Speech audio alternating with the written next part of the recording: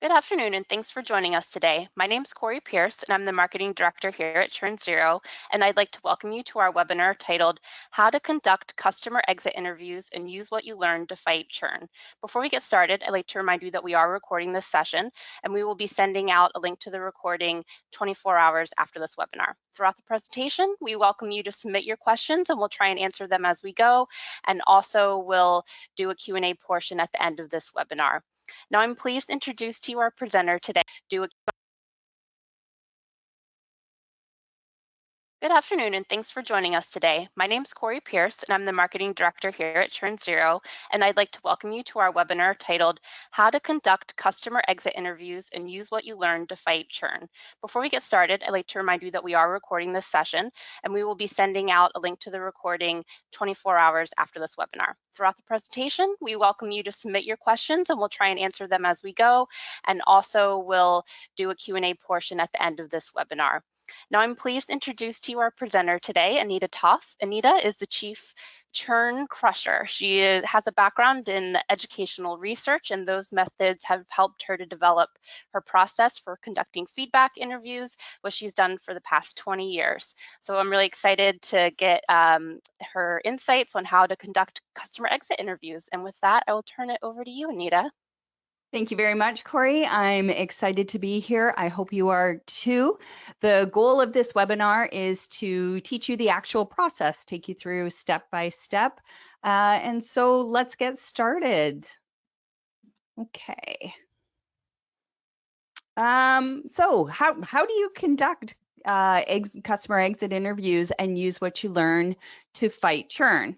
Well, let me just start by introducing myself. Corey mentioned I'm Anita Toth, and I've been conducting feedback interviews for 20 years. The tips you're going to learn today are based on the methods I use while working for 16 years in a university research institute. So that's what I'm here to show you today. And it's never easy learning that a customer is leaving. But as they prepare to leave, what you have is a rare opportunity to find out why. So exit interviews, when properly structured and executed, they provide a unique chance to dig deep and discover valuable information, which can lead to actionable churn-preventing insights. So what we're going to cover in this session, first of all, how to conduct exit interviews. The second thing is the expert ways to dig deep and discover the most valuable information from those exiting customers, and then how to take that valuable data and use it to prevent other customers from leaving. So the purpose of exit interview is to gather valuable customer feedback to better understand why customers have chosen to leave and to prevent future churn. Now, this valuable data can be used cross-functionally to reduce churn and increase revenues. So, for example, by your product team, they'll be able to build the future requirements most tied to revenue and churn. The marketing team will be able to use the feedback to create stronger messaging and attract better fitting customers. And customer success and sales teams will be able to better set expectations, both in the sales process and across the customer journey. So by having a systematic exit interview strategy, you'll capture critical insights to make faster revenue driving changes. So before we dive into this, there's one important bit to know, and we're going to look at the different levels of data that you can collect from qualitative customer feedback methods. And this is really important to understand where customer exit interviews fit into your overall customer feedback strategy. So the first one is general data. This is broad information that's collected, viewed, and analyzed at the population level. So general data is good at showing trends over a period of time, and given its power to show trends over time, one of the advantages of general data is that it can be used for benchmarking and trend analysis. So these are, your CSAT, NPS, customer effort score, cancellation surveys, any place where answers are pre-populated, like a scale or a small choice of responses. Then we have medium data. So medium data takes longer to answer and gives greater insights into what individuals are thinking. Now, the greatest advantage of medium data over general data is that the respondent is able to answer the open-ended questions in their own words. So medium data is particularly good at identifying changing patterns and is a good indication of how customers' needs, desires, and wants are changing. So some examples of medium data are NPS, CSAT, customer effort scoring, cancellation surveys. You heard those before with general data, but this is where the customers can write in or explain their responses. So there's a text box or a comment box. Now, the last is deep data, and this is by far the most valuable and useful information to companies. And it's because it goes so deep into the thoughts, feelings, goals, and desires. So deep data yields information that's not readily accessible by both general and medium data methods. So in many ways, deep data is the true voice of the customer. Now, without question, deep data is also the most expensive, the most time-consuming, and the most labor-intensive way to gather critical customer data. And it's because of the time and effort involved in collecting deep data that the information gathered is the most insightful and the most valuable to any business. And of course, it's no surprise, customer exit interviews land in the deep data category. And it's because they take time and effort to undertake, but the data that you'll gather from one customer interview will have more depth and insights than 100 surveys ever will. All right, so let's get into it. Every single type of customer interview has a 3-step interview process. There's the pre-interview, the interview itself, and the post-interview. And what we're going to do from here on is we're going to look at each of these 3 steps and what is involved with each one. So first of all, let's look at step 1, which is the pre-interview. And within the pre-interview step, there are the 5 Ps, also known as the strategic interview plan. So the first is the purpose of the interviews. The second P is to plan for the people and the data. The third is to pre-write the questions. The fourth is to populate with the right people if possible. And the fifth is practice. And we're going to go through each of these right now. The purpose of the interviews, this one might seem obvious, but the purpose of the interviews may differ according to what you're looking to achieve. For example, you might be only interested in interviewing decision makers when they churn, or maybe you're interested in learning the top 3 reasons why certain product users churn, or maybe you want to understand why accounts of a certain size are leaving. As you can see, the reasons for conducting exit interviews are different. By selecting one purpose for conducting the interview, everything you do around the exit interviews will be aligned with this one purpose. Having one purpose means that you have clarity throughout the entire process. If something isn't clearly aligned with this one purpose, then it isn't included. Comparison. At the end of the interviews, you can compare results across every single person interviewed. And this is important because you want to make sure what you're hearing from your customers isn't by accident. And completeness. The one purpose helps ensure the entire process of creating, executing, and acting on the exit interviews is completed. So the best practice here is to select one purpose for conducting the interviews. Okay, we're going to move on to the second P, which is planning for the people and the data. And this is the stage where your exit interview strategy either succeeds or it fails. So planning this part will help the rest of the process move smoothly. So let's start with planning for the people. Okay, we need to know this. Who's going to be the interviewer? Interviewing is a skill, just like with sales. You have okay salespeople, you have good salespeople, and you have your all-star salespeople. Well, what differentiates the okay and the all-star salespeople is skill. And interviewing is a skill that takes years to perfect, but even in a few months, your interviewers can become good at interviewing your churned customers. What you want to do is dedicate 2 team members to undertake all the exit interviews. The reason to dedicate team members is it builds their interviewing skills. They'll be better able to identify emerging information, so new reasons why customers are leaving. They won't be associated with the customer. And if one of them is unavailable or maybe they change jobs, you still have a trained interviewer available.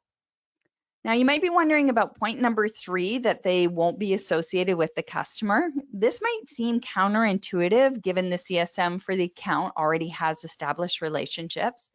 But the reason why you want an interviewer who isn't associated with the account is because the customer can feel free to be more honest about their feelings without worrying they might hurt the feelings of the CSM that they know. And we're moving on to what is the appreciation thank you gift. Okay, so the customer's leaving. The exit interview is your last chance to speak with them before they go. The customer has generously offered to spend time that they can never get back just to be interviewed by your team. Really, the customer has no obligation to do this. The customer is helping you without benefits to them. And this is your opportunity to make a good last impression, even if the customer is very unhappy. The appreciation thank you gift should be a choice of 2 different options. One is to donate a set dollar amount in their name to the charity of their choice, or the second is a set dollar amount gift card. Now, you want to set aside some budget to cover the cost of these options, and you can choose how much each option should cost. I generally suggest between $60 to $150, depending on what level you're interviewing. Anything less than this doesn't show the value of their time, and anything more than this, it may appear as if you're trying to entice them to come back. Now, just as you need to plan the people part of your exit interview strategy, you're also going to need to plan the data part. And the most common mistake is that companies overlook this step. We're all eager to start talking to customers, but the real driver of change is what you do with the data you gather. So let's focus on the second part of the planning for people and data. And this is planning for the data. One of the reasons companies shy away from undertaking interviews is the amount of work that goes into transcribing the interview data. And at one time we did this manually. You don't need any more. There's AI to do it. But for a 30-minute interview, you can expect it to take up to 1.5 hours to transcribe, clean, categorize, and analyze the data. So that's for each interview. 30-minute interview, about 1.5 hours to do all the work associated with it. And there's 4 W's you want to consider around your exit interview data. The first one is who owns the data. Is that you? Is that someone on your team? The second thing you want to ask is who can access the data within your department and also from other teams like product, sales, and marketing. The third question you want to ask is who's going to analyze the data? So who will take the time to clean and analyze this data?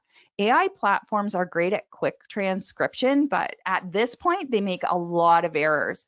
So someone actually still physically needs to go through and correct the AI's mistakes.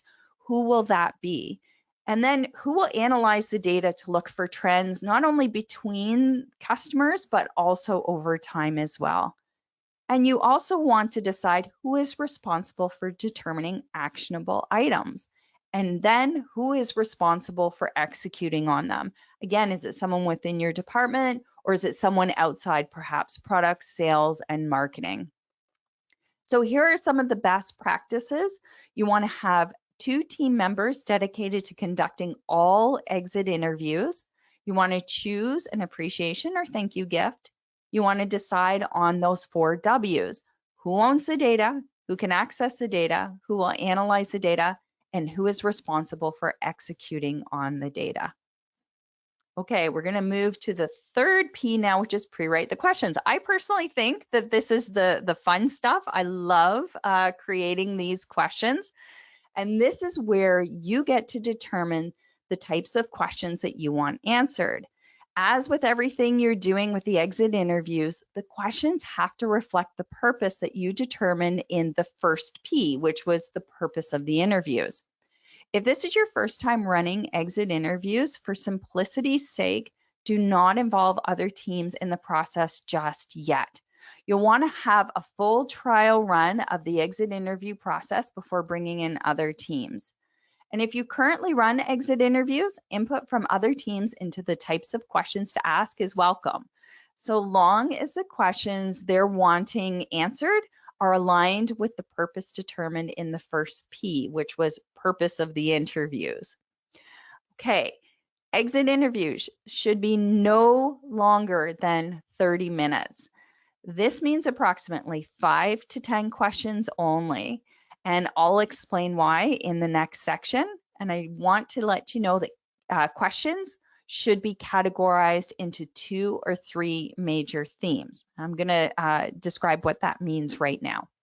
So, for example, if your purpose is to understand why accounts of a certain size are leaving, your themes might be 1, reason for leaving, why they're leaving, how they felt, how they came to the decision, product, what they hope to achieve with the product, what they did like, what they didn't like, and maybe something around communications. Were there too many touches? Maybe there weren't enough. What did they like? What didn't they like? Just from this example alone, I have 3 themes and 10 questions, and that is plenty of questions for a 30-minute interview. Okay, these are the best practices for pre-writing the questions. One is that the questions must be aligned with the purpose of conducting the interviews. Interviews should be maximum 30 minutes and have 2 or 3 themes with a maximum of 5 to 10 questions for the entire interview. This section of step 1, the pre-interview, can be the most challenging of all the pre-interview parts. And that is, if anyone's ever tried to conduct interviews, it's populating with the right people as much as you possibly can. Populating with the right people is critical for the success of your exit interview strategy. And depending on the purpose of the interviews you decided in the beginning of the 5 Ps, who you invite will differ. If your purpose is to, if your purpose is to get a better understanding of all customers in the account, then you'll be reaching out to everyone. However, if you're just wanting to speak with the decision makers, you'll only be reaching out to them. And this matters because you will want to have enough customers participate so you can start seeing patterns. You start seeing patterns in the responses when you get to 10 interviews or more. When you're first starting out, assume that 5 to 10% of people will choose to participate. This is particular for self-success or low-touch environments, and 25 to 30% for high-touch, unless you have a very good customer engagement strategy. There are 2 ways to recruit customers into your exit interviews. The first one is via a cancellation survey, and the second is directly asking them to participate. For recruiting via survey, if you have a customer base that is self-success, so that might be low touch or tech touch, the best way to recruit customers is through a cancellation survey. The cancellation survey will provide you with some details about the reason for canceling, and you can ask if they'd be willing to participate in a call to better understand those reasons. If your customer base is high touch, asking for direct participation is the best course to take. And you can do this by email or on a call or even at the last QBR, EBR. As is the case with most of us, once we've decided to leave, that could be a place, a job, a relationship, our minds start focusing on the future and we want to move forward and leave the past behind. So this is rather surprising, but the biggest obstacle you're facing in getting participants for your exit interviews is that in their minds, they've already moved on. And that's why it's so important to ask for these interviews as soon as you find out the customer is leaving. Each minute, hour, day, or week that slips by means your customers are less likely to participate. These are the exit interview best practices. The first is that there are 2 ways to recruit customers into your exit interviews. One is via a cancellation survey, and the second is to directly ask them to participate. Assume low participation rates unless you have a strong customer feedback engagement strategy and system. All right, we're on to the last of the 5 Ps. We're still in the pre-interview stage, and that is practice. I touched on this earlier, but interviewing is a skill. Before your interviewers start interviewing customers, they should practice mock interviews with the team. Use the questions you've created to see how they flow and see if they might need to be changed. Assign different scenarios to your mock customers so that some are leaving with a positive experience of your company and others are leaving with a negative experience. And you really want to encourage your mock customers to express different emotions like joy, anger, disappointment, and even ambivalence. The interviewers will experience this range of emotion when they're interviewing real customers. So it's immensely helpful for the interviewers to learn how to handle these emotions in practice scenarios where they can safely make mistakes and learn new ways of handling the interview process. Okay, so here is the exit interview best practice. Practice positive and negative mock interviews using a range of emotions. Okay, we are now finally in the interview. Yes, there's a lot of work as you've seen in the pre-interview. The interview itself is actually pretty straightforward. I think they're fantastic. I learned so much from them. So this is where you can get the deep knowledge that can inform action and help lead to stronger decisions. I'm not going to spend too much time here, but I'll take you through the basic structure of an interview. The first is the introduction. This is the place where trust is built. If it's done well, the customer should feel comfortable that they can share their true responses to your questions. They will open up and share those things that typically are locked inside, and truly that is the gold that you're searching for. The second is where you ask questions. This is pretty straightforward. You'll want to be aware of how you ask questions and when to probe for more details. And lastly, the close. This is where you'll close the interview and offer that appreciation thank you gift. This is probably the best time to mention this, but you want to record all of your exit interviews. And the reason why you want to record them is so that you can transcribe and analyze them later. Okay, here we go. Exit interview best practice. Each interview should have the following stages: the introduction, asking questions, and close. And lastly, remember to record all of your exit interviews. Okay, we're going to now get into the post-interview. What happens here? The post-interview, with the interviews completed, now it's time to make sense of all the data and start tying it to team and company objectives and metrics. I suggest collecting all of your interviews into one place that those teams and people who you identified earlier can easily access. This could be something like a VOC program, your CRM, or even a Google Drive spreadsheet file is fine. Now, the first thing you want to do is broadly categorize according to your themes. So you chose those themes back in step 1 when you were pre-writing the interview questions. If you remember back, I gave this example.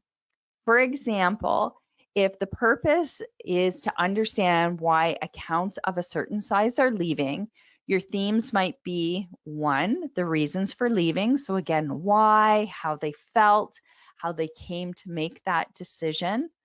The second maybe is around product, what they hope to achieve with the product, what they liked, what they didn't like. And maybe the third is around communications. So were there too many touches? Were there not enough? What did they like? What didn't they like? The themes you'll categorize with are reasons for leaving, product, and communications. So it's going to look something like this. This is just an example.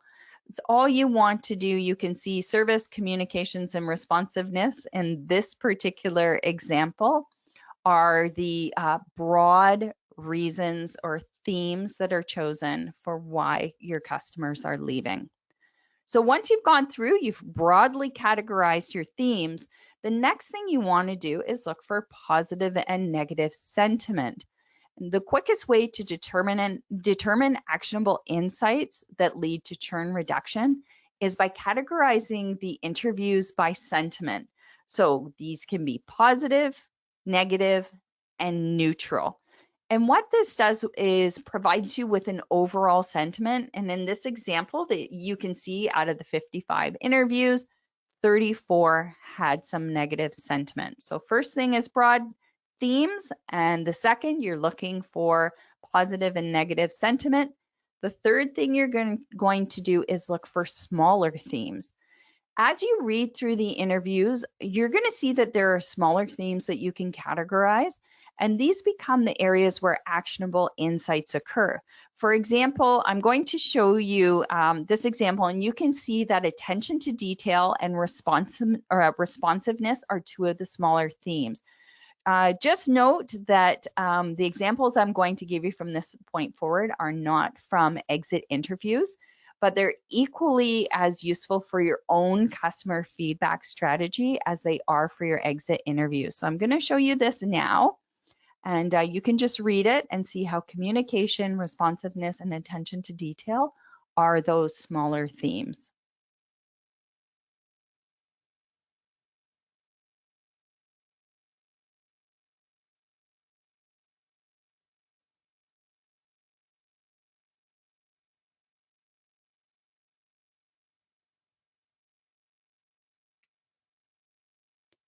So what you want to do with your smaller themes, once you've gone through and identified them, is you want to rank the smaller themes according to the biggest impact on churn and revenue.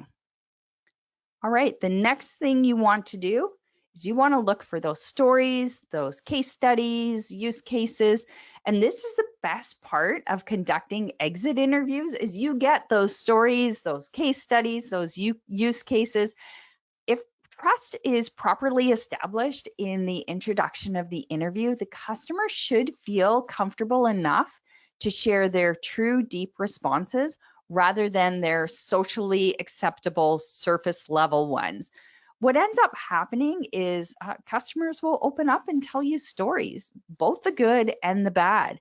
And often in those stories, you'll hear their true thoughts.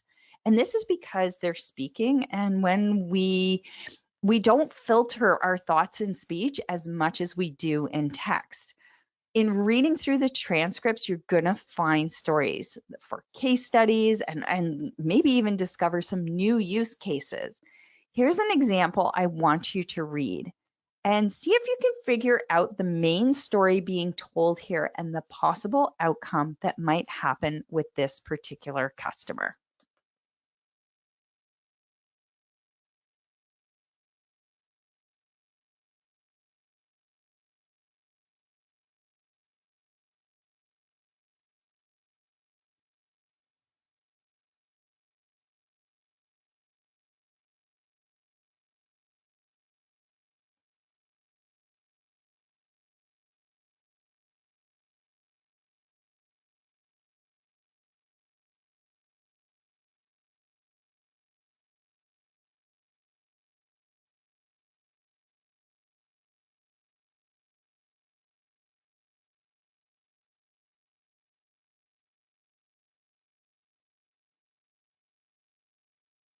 All right, so the main story here is that this customer has gone from being satisfied with the service to now experiencing frustration. The outcome of this, if the situation continues as it is that this customer is at a high risk of churning. So these stories become the basis to brainstorm the right improvements to address the situation raised by the customer. Because these are the customer's actual words, their thoughts, their feelings, it becomes harder to disregard or question those words, thoughts, and feelings. What you want to do is also to look at the CSM's internal notes about the reasons the customer gave as to why they're leaving. What you might find is that there's a bigger gap than anticipated between the CSM's notes and the customer's view in the exit interview. Now, the last point about the stories, case studies, new use cases is that by recording the exit interview, you can include portions of the video or the audio or the text in your presentation to your internal stakeholders and set the stage for really powerful discussions. And lastly, sharing those results to drive action. At this point, you're ready to share the results of your interviews with those teams and team members that you identified back in step 1 in the pre-interview stage. You want to send an email to internal stakeholders informing them of the trends you've seen throughout the interviews. You're going to want to meet with internal stakeholders to review the feedback, assign actions in an accessible place to the respective area of business where the churn or revenue impact will be the greatest, and measure the change in sentiment over time. You also want to email internal stakeholders to get updates on progress and provide visibility into the impact of actions. If the customer left because there's a feature that's lacking, reach out to them and let them know when this feature might be available. If necessary, you can also hand this off to your sales team to follow up. And reconnect with your customer roughly 90 days after the last date of service. You never know. If they're working with a competitor, they might not be satisfied and are willing to reconsider. So create a special offer for canceled clients. For example, they could come back within a specified time frame without incurring implementation fees a second time. All right, let's look at the exit interview best practices. The first thing, you want to collect interviews all in one place. You want to broadly categorize those themes, then look for positive and negative sentiment. You're going to look for smaller themes. You're going to look for those stories, case studies, use cases, and then you want to share the results to drive action.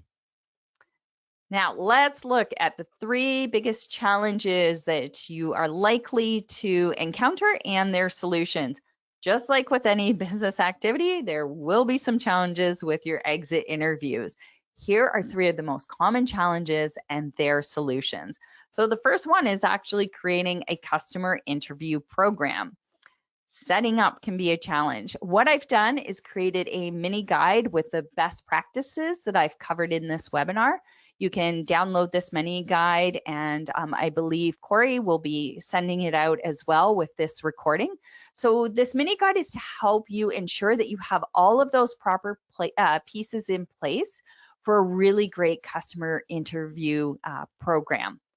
The second is interview skills development. So set aside a weekly block of time so your 2 interviewers can practice and develop their interview skills. The second challenge is struggling to gain customer participation. And there are 3 things that you can do to overcome this. The first is set the expectations early. So early on in the customer relationship, set the expectation that an exit interview will take place when the customer cancels.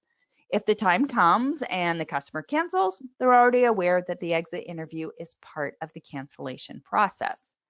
The other thing you might want to do is to add a contract. Consider adding the exit interview to the contract as part of the cancellation process.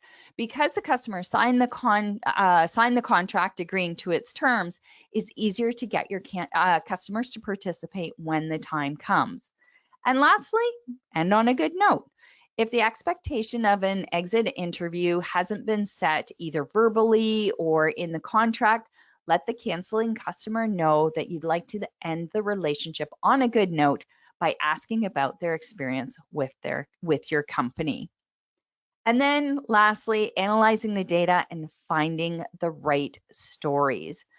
You can do this in-house with data analysts. If your company has data analysts, approach them to see if they can help analyze the data. Remember, though, to record those interviews and get them transcribed so those data analysts have data to actually go through and analyze. And you can use VOC software. There are a number of voice of customer software programs that can be used to analyze your data. A quick online search will help you identify the best ones for your company. So this question often comes up.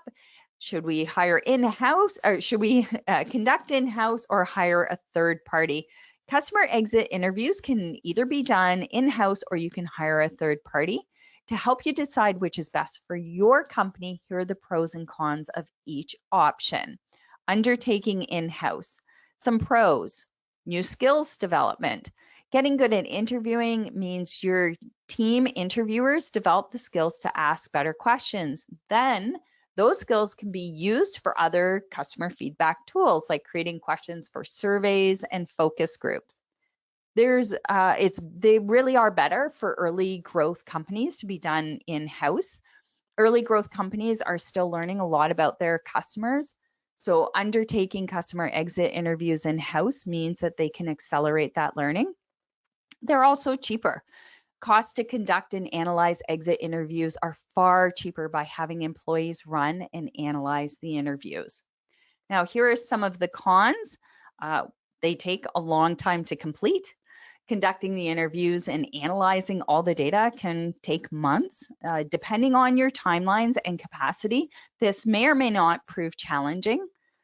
You can get suboptimal data, and this is while your team is still developing the skill of interviewing. The questions they ask and how they probe deeper into the customer's answers might be poor. So this can lead to suboptimal results from the interviews, and the programs are often quickly abandoned. Because customer exit interviews are so time and labor intensive, many companies just give up running the program after a few months. So running an in-house exit interview program also means increasing the risk of employee overwhelm or burnout.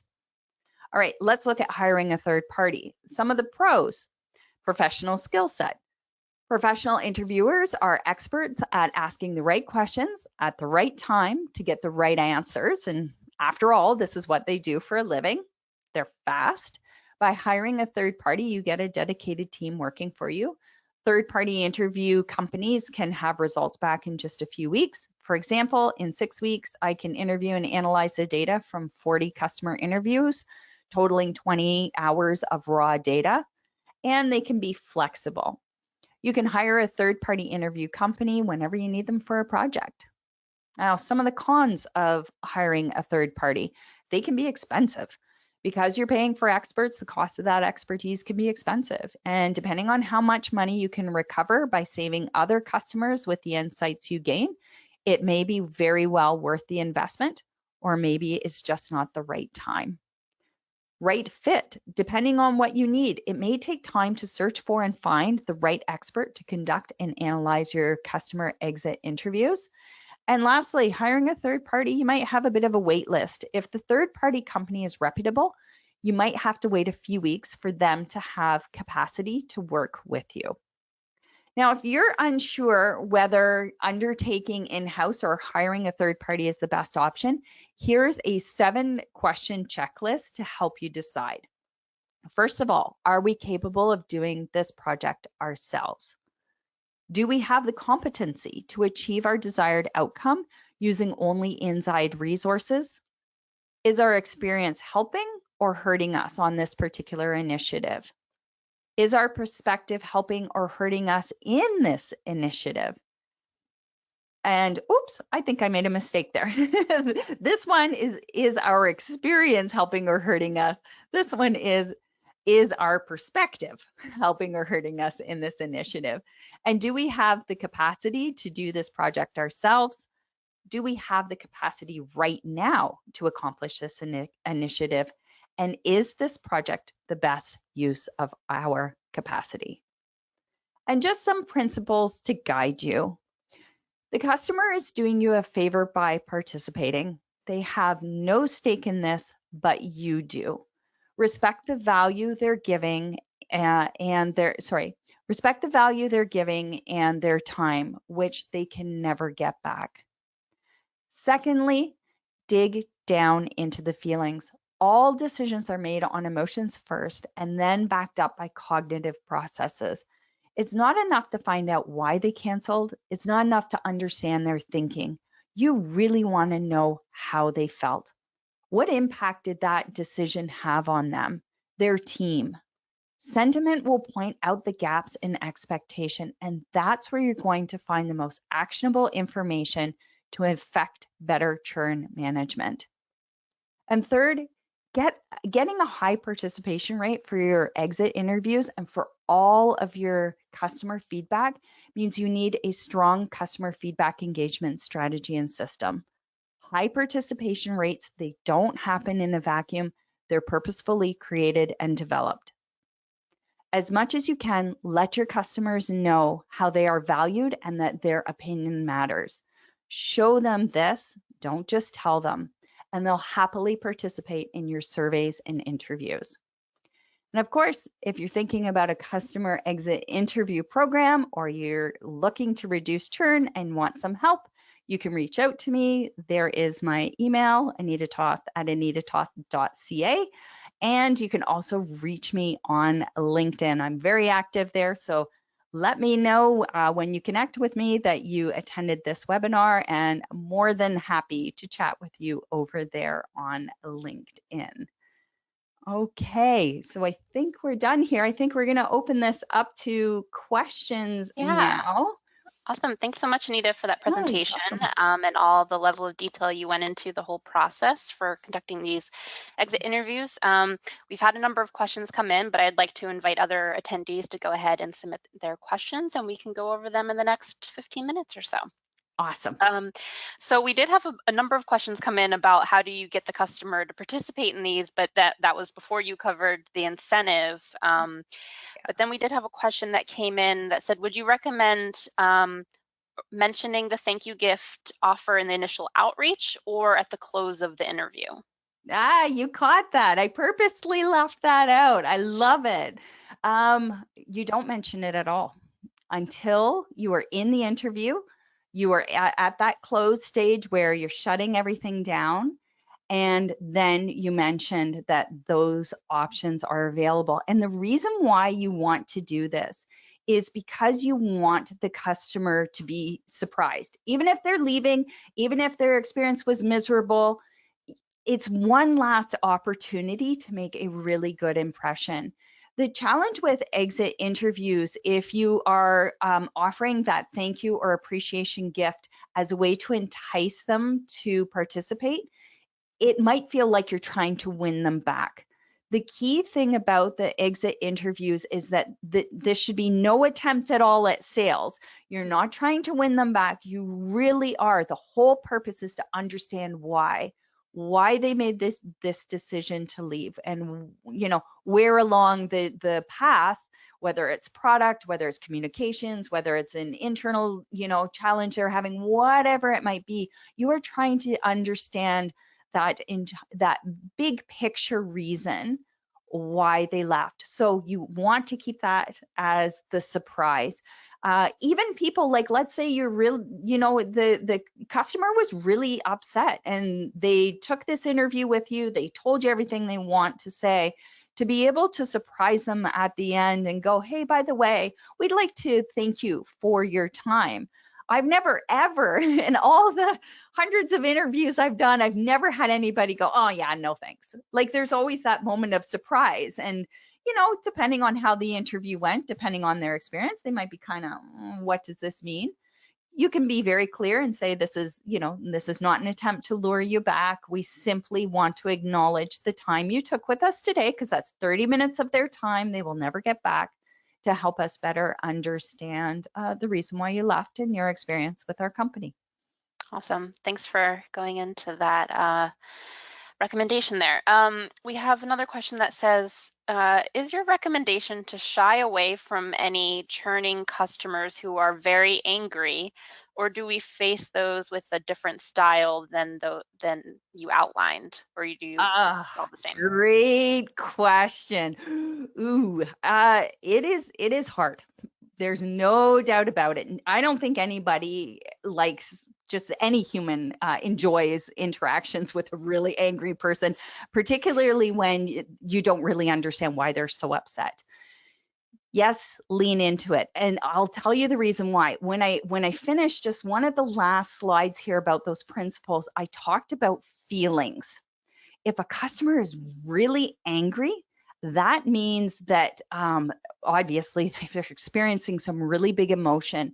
Really big emotion means that somewhere in there, there was a big expectation gap. And if you can discover what it is, those customers, now this is just a generalization, sometimes will come back because they're upset something didn't quite work out. If you can figure out what that is, there might be opportunity in the future to put that back in front of them. Remember, when you go through the mini guide, it talks about reaching out after those 90 days and asking them, how things are going, if there's a particular feature they were waiting for, where that is in the roadmap, whatever it may be that they talked about in their interview, just to let them know that perhaps there's been progress made on it. And just start the discussion. Obviously, you're not looking to, win them back in again in 90 days, but it can be a really great place to start that discussion. So your happiest customers and your most unhappy customers, they are going to give you the greatest amount of information, and that is because their emotions are so strong. So as tough as it is, and yes, it's going to be difficult, if you can bear that in mind when you're going to interview these types of customers, I'm telling you, the information that you will get will just it is worth the little bit of nerves that you might have going into those types of interviews. They're going to tell you exactly what they're thinking, what they're feeling, and why they were so disappointed, and that's led to their upset. Interesting point there. Our next question is, so you are recommending one-on-one interviews. Is doing written interviews ever okay, or is that not recommended? Or I guess more of a survey as opposed to more of a survey. Okay, and this is a really great question. The great thing with surveys is they can be done at scale, right? They're cheap. You just send them out to tons of people. The reason why, if you remember back, I had that graph of general, medium, and deep data. So that would be surveys where they can, type some sort of answer back. That's medium data. And the reason why it's medium is that you can't ask questions. All you get is whatever they typed. You have to guess the context. You have to try to understand, well, what did they really mean by this? Is this for everything? Is this just one unique situation? You have no clue. With interviews, you get to ask questions like, tell me more about this, or what does this mean to you? And then through that probing, you start to get an understanding of how they think, how they feel, what those expectations are. So any type of interview that's not one-on-one and face-to-face where people are talking, you're just not going to have that ability to be able to probe and really get those deep answers you're looking for. Okay. Our next question says, we currently require our customers to have a phone call when they request to cancel. Would you still recommend implementing a separate exit interview or conducting it during that time? It depends on, so I've seen two different scenarios. One is with the cancellation call. The purpose of the call is to try to win back the customer. So if that is the case, then no, you don't want to do the interview then. The focus is different. If it's truly the call is to help them cancel and maybe find out the reasons why, I would still go through and do an interview. We're talking 30 minutes. I've never heard one of those cancellation calls go for 30 minutes. The reason is, again, with your exit interviews, you're using the exact same questions And whether it's an outside agency or those 2 interviewers on your team, they get really good at knowing how to probe. Whereas if it's just a cancellation call, the customer might think it takes 5 minutes. Suddenly you have them on the phone for 30. They are not happy. They just wanted to cancel and go. Give them the option. So again, just to sum up, if it's the first case, again, where the cancellation call is to try to win back, then you would not offer a customer interview. That would just be the purpose. If the purpose of the call is to understand a little bit about, why they canceled, you can have a little script there, just get the general understanding and then ask them if they'd be willing to talk to you and understand those reasons a little deeper. Got it. Our next question is, for the customer exit interviews, would you recommend sharing the questions with the customer beforehand or only posing them during the meeting? Yeah, No. you Okay. want to do it in the meeting. And the reason is it's just off the cuff. Like, you ask the question and they will give you an answer. Then you probe again. You want ask them to describe it a little more, or how did you feel? What did you think? What happened next? All of those questions you want to be able to ask. And what you want is their genuine response, whatever it is in the moment. Just think of like the interviews you've had even for a job. You don't often, I've never seen the questions we're going to ask you in advance, and why you're looking for the genuine reaction. So you'll see it across somebody's face. Oh, here, just in case somebody asks, when you're recording, you want to do like this. You want to record, you want to see what their face is. Did they give a look? Even if it's momentarily, that will give you an indication, maybe I should just ask a little further about that. They seem sort of surprised by that question I asked. So, I forgot the original question now. I hope No, you answered it. No, it was about providing the questions in advance. Good. Our next question is, in your experience, what would be actionable outcomes when the reason for the customer leaving is that they don't have budget or pricing? Oh, that's always a challenge. Dig deeper. Dig deeper. This is why the exit interviews are such gold.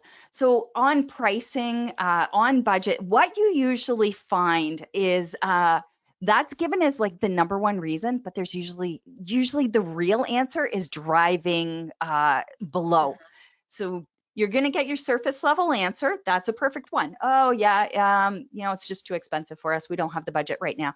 And then underneath, what you discover is that there were some other decisions made and priorities shifted within the company. And those priorities shifting now drove the reason that, well, we don't have the budget anymore. The budget's just been allocated somewhere else. So find out, that's why you want to dig. That's why you want to ask those questions. So if it's around budget, can you tell me a little bit about how that decision was made? And then once they start describing, then you can ask other questions around, what they plan to do now that this software is not available for them. How are they going to handle that particular challenge now that they're not using your software? Budget, pricing, it's often not the real reason. So surface level will give you the deeper stuff. And then you find out, okay, this is what actually happened, and it drove the decision to allocate the budget elsewhere. Got it. Let me see. We have a question that says, what are some pros or cons to sales hosting these customer exit interviews versus someone in customer success? I love it. Great question. Sales tends to see every customer interview through the lens of sales, and that's not necessarily a bad thing, but it's not so great here. The whole reason why the appreciation thank you gift is withheld to the end, they don't know about it, is because you do not want this to somehow become a sales call. I don't think there's a single person who enjoys being hoodwinked, lied to, deceived. That's what can very easily happen if sales does this. that's just who they are. It's what they do all day long. It's kind of like asking a dog to become a cat. They can't. That's who they are. So really, this needs to come from customer success. You guys are great at asking questions. You guys are great at digging and wanting to learn more about the customers and the challenges they have. So this is why it's a natural fit for the customer success team to do the customer exit interviews. Yes, please leave sales out. I know it sounds easier that they take it over, but really customer success, you guys have this already. It just needs to be developed a little further. That's all it is. That makes sense. We have a question that says, how do you draw people out to give more detail or information when they give a response? I love it. I love it. My favorite question is, tell me more about ... So if they say something like, even asking, what does success mean to them? Ask them, tell me more about what success means to you. What does this success look like for you? How will you know you've been successful? So those questions, just asking, tell me more, what will that look like? How will you feel? How will you know? Those are all the types of questions you want to ask. And if somebody is really just clamming up, like they really don't want to tell you anything, acknowledge it. Come right out and say, like, this seems to be really challenging for you or really difficult. I don't intend it to be, but acknowledge that they're uncomfortable, and then just say, this is the purpose, restate the purpose, because trust hasn't been established in those first few minutes. And if they don't feel that they can trust you, that you really are not trying to sell them, you're not trying to win them back, you're not trying to manipulate them. If you go in with a general, like a curious mind, and look at it that way, rather than, well, this is a customer that left and I might hear things I hate. And if you go in with that, then your questions and how you interview will lead to that. But if you go in with genuine curiosity, maybe I can learn something here. When you go in with that mindset, the customers will pick up on it. They will know. And then with that, they will slowly open up and tell you more and more. But if they're really stuck, next time you do an interview, work a little more on building that trust and letting them know, like, this is not sales. I'm not trying to win you back. I'm not trying to use this information to somehow harm you or your company going forward. Let them know, establish that trust. And then if it's in the moment, acknowledge it and just let them know, I sense that you're uncomfortable and it's not my intention to, make this uncomfortable for you. How could we make this a little bit better? Yep. Let's see, we have time for maybe one more question. So outside of customer exit interviews, any other points in the customer life cycle that you'd recommend doing in person or, video interviews? Any other trigger points or? Yeah, everywhere. that would be my thing.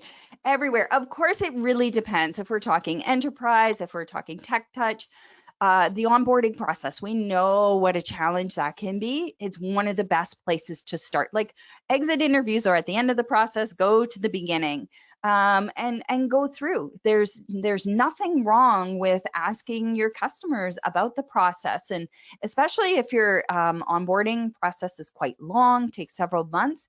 It might not hurt to do, kind of mini interviews, 15 or 20 minutes, just to get a sense of, in that process, what were the expectations? What were some of their challenges? What did they not expect to happen that did? How did they handle it?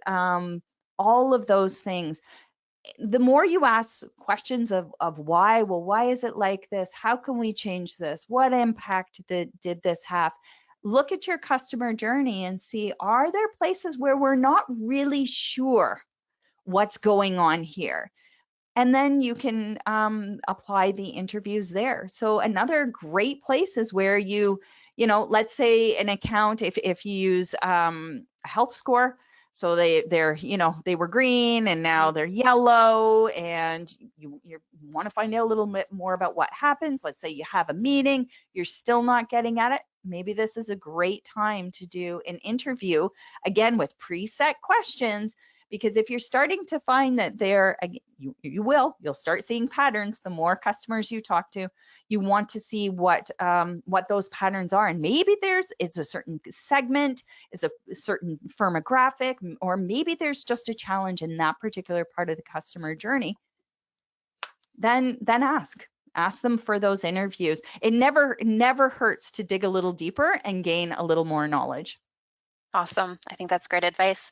Well, that brings us to the end of our webinar today. So thank you so much, Anita, and thank you everyone for joining us. I do want to remind you that we will be sending out a link to the recording tomorrow. And when you exit out of this webinar, a survey will pop up, and we'd love to hear your feedback on today's webinar. So thanks again, everyone, and we'll see you next time. Bye.